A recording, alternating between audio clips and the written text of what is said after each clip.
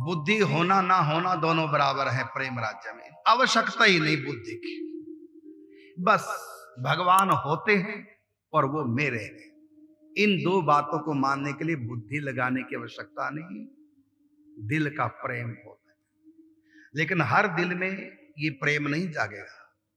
जिसने खूब भजन भक्ति की होगी पूर्व जन्म में या इस जन्म में, अब प्रयागदास जी के मन में जो एक बार मां के कहने पर विश्वास जग गया और भाव लोग उनके अंदर उतर आया, ऐसी थोड़ी, ये तो सेल्फ स्टार्ट महापुरुष थे पूर्व जन्म के, कोई कमी रह गई होगी जो दोबारा जन्म हुआ। बस यहां से फिर भक्ति शुरुआत।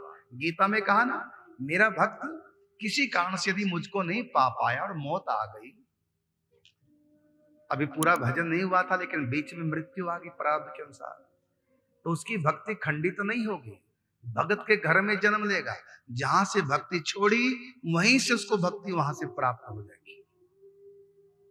तो पूर्व जन्म में बहुत ऊंचे पहुंच चुका था, लेकिन परम सिद्धि प्राप्त होने से पहले मृत्यु आ गई थी, इसलिए दोबारा जन्म हो गया। और जन्म भी कहां हुआ?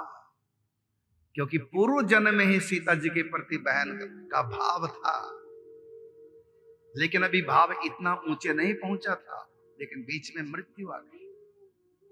फिर कहां जन्म दिया?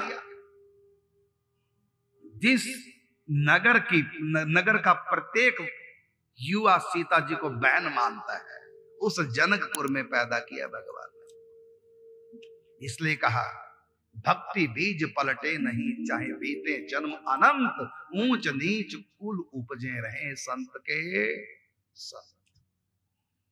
तो पूर्व जन्म का भक्ति का संस्कार, और मां ने जो ही कहा कि बेटा है ना तुम्हारी बहन सीता जी, तुरंत वो भाव कैच हो।